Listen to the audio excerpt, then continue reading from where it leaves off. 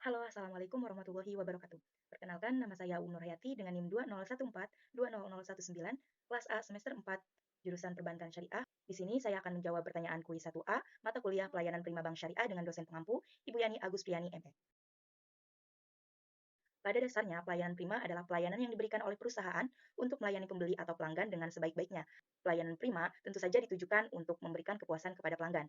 Perusahaan akan berusaha melakukan pelayanan terbaik sehingga pelanggan yang ada di dalam maupun di luar perusahaan dapat memenuhi kebutuhan atau keinginannya, baik produk barang atau jasa dengan baik. Pelayanan yang prima merupakan aspek penting penentu keberhasilan komersial, terutama pada organisasi yang bergerak dalam bidang jasa.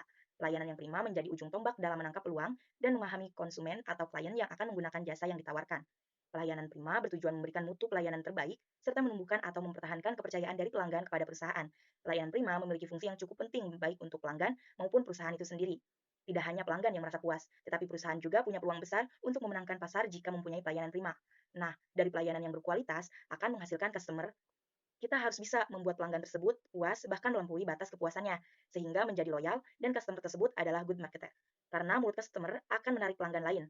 Dengan hal tersebut, kita menciptakan maintenance customer, seperti sebuah slogan yang mengatakan customer is good marketer, words of mouth. Jadi customer itu atau pelanggan merupakan pemasaran terbaik atau apa ya, marketing, juru marketing yang terbaik. Karena dari pelanggan tersebut nanti akan banyak membicarakan tentang kebaikan-kebaikan perusahaan sehingga akan menarik pelanggan-pelanggan yang lain. Hierarki penilaian customer yang paling dasar merupakan basic. Basic adalah tingkat dasar dalam mengukur kepuasan. Basic artinya segala sesuatu yang sudah menjadi dasar agar seorang pelanggan dapat puas akan layanan kita. Dalam dunia perbankan, tingkat kepuasan basic berarti ketika customer mendapat kebutuhan yang paling dasar, seperti customer yang ingin membuka rekening, kemudian dibantu oleh pihak bank untuk membuka dan membuat rekening. Nah, pada saat itu customer akan merasakan kepuasan yang dasar atau basic. Tingkat kepuasan yang kedua adalah expected. Expected ini berarti yang diharapkan. Diharapkan secara bermakna hal-hal yang kita harapkan ada, tetapi jika tidak ada tidak mengurangi kepuasan kita. Dalam dunia perbankan, berarti kepuasan ekspektif ini tercapai apabila nasabah mendapatkan hal-hal yang diharapkan. Namun jika tidak terlalu berpengaruh terhadap tingkat kepuasan customer yang sebelumnya dicapai di tingkatan basic. Contohnya seperti saat kita berada di bank atau masuk ke bank, kemudian kita diberi senyuman oleh pihak bank atau dibantu mengisi slip dan juga ditawari produk. Nah, pada saat itu kita akan merasakan tingkat kepuasan pada tingkat expected. Kemudian yang ketiga adalah desire. Desire adalah hal-hal yang hanya ada dalam angan-angan kita ketika kita mendapatkan layanan. Keunikan layanan yang diberikan bank menjadi ketertarikan atau membuat terkesan nasabah, bahkan bisa sampai menyentuh hati nasabah. Contohnya seperti ketika pihak bank memberikan hadiah kepada nasabah atau ketika suatu bank memiliki interior yang bagus. Dan tingkatan yang terakhir atau level tertinggi adalah unexpected. Nah, unexpected ini merupakan level tertinggi dalam hierarki kepuasan pelanggan. Unexpected adalah hal-hal yang bahkan tidak kita bayangkan akan terjadi, tapi terjadi.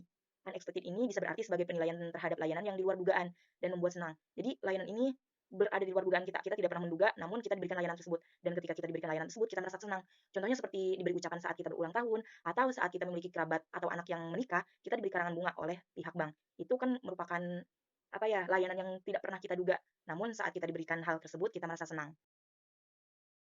Nah, self esteem ini awalnya berawal dari, gagasan Catherine Devry yang mengolah kata service menjadi 7 strategi sederhana menuju sukses. Nah, salah satunya adalah self esteem atau ini merupakan singkatan dari service S yang pertama, self esteem, yang berarti memberi nilai pada diri sendiri. Self esteem ini, bisa diartikan sebagai penghargaan terhadap diri sendiri. Dengan pandai menghargai dirinya sendiri, akan berpikiran dan bertindak positif terhadap orang lain, sehingga pandai menghargai pelanggan dengan baik. Membangun self esteem juga perlu ditekankan karena penting untuk membangun visi dan misi bagi seseorang yang memegang tugas penyampaian. Sehingga implikasi dari hal ini adalah menjalankan tugas secara penuh untuk bangkit dan berjuang dengan penuh semangat dalam menjalankan tugas yang diemban.